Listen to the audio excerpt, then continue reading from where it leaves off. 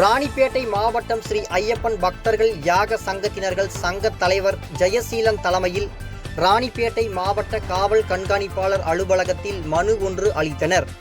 அந்த மனுவில் சமீபத்தில் திரைப்பட இயக்குனர் ப. ரஞ்சித் நீலம் பண்பாட்டு மையத்தில் ஏற்பாடு செய்திருந்த மார்கழியில் மக்கள் இசை என்ற மேடை நிகழ்ச்சியில் கானா பாடகி இசைவாணி என்பவர் ஒரு சில மாதங்களுக்கு முன்பு இந்துக்களின் புனித கடவுளான ஸ்ரீ ஐயப்பனை பற்றி இழிவாக பாடியுள்ளார். அந்த வீடியோ தற்போது சமூக வலைத்தளங்களில் வேகமாக பரவி வருகிறது.